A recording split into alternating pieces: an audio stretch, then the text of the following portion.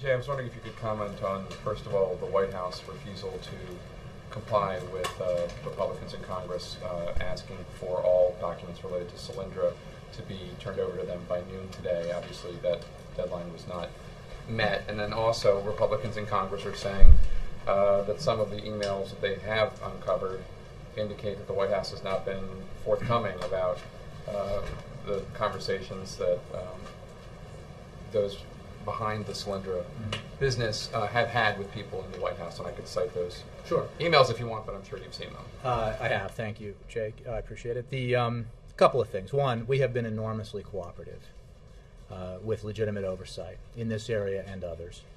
In this investigation alone, we've turned over 85,000 pages of documents, and we will continue to cooperate with this committee investigation. On the issue of the subpoena that you referenced, I don't have anything to announce about any release made to the Hill yet, but I can say that, as the White House counsel made clear in her letter, this is something we view as overbroad, unnecessary, and I think, in my words, when something seems partisan, it probably is.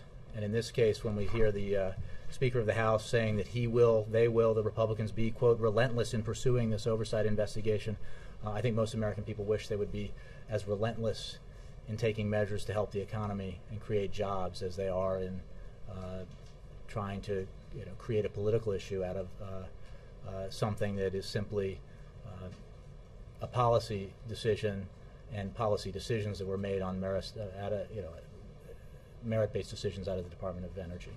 What about some of the items in the specific emails? Well, let's be clear. The Republicans know, what the episode in the last 24 hours shows, I think, reinforces the idea that this is becoming a political football and a partisan effort. They cherry pick some documents and try to make hay out of something that, when looked in its entirety, only reinforces what we've said, which is that there was no political influence in the decision-making process that led to the loan guarantee for Solyndra.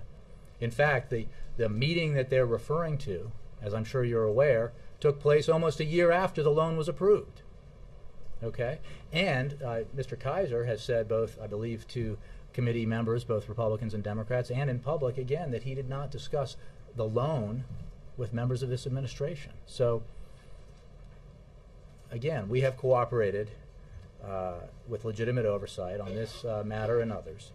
We are now 85,000 pages into this process, 9 committee staff briefings, 4 congressional hearings. The donor in question has been interviewed, and the investors have released their documents. And this is what the Republicans could find. Again, at some point, they have to focus, I think, on the things that the American people care about. There was an advisor that Kaiser quoted in one of the emails saying the White House has offered to help in the past, and we do have a contact with the White House that we are working with. And Republicans are citing that as an example. Well, again, this was a meeting that took place. Again, these are emails from outside the administration. All of their review of emails from internally have produced none of this, of what they want to be there. And they've clearly been gravely disappointed by that. The meeting that is referenced here took place almost, I think, 11 months after the loan guarantee went out the door. And the donor in question here, the investor in question here, Mr. Kaiser, has been explicitly clear about saying that he never discussed this loan with administration officials, White House officials.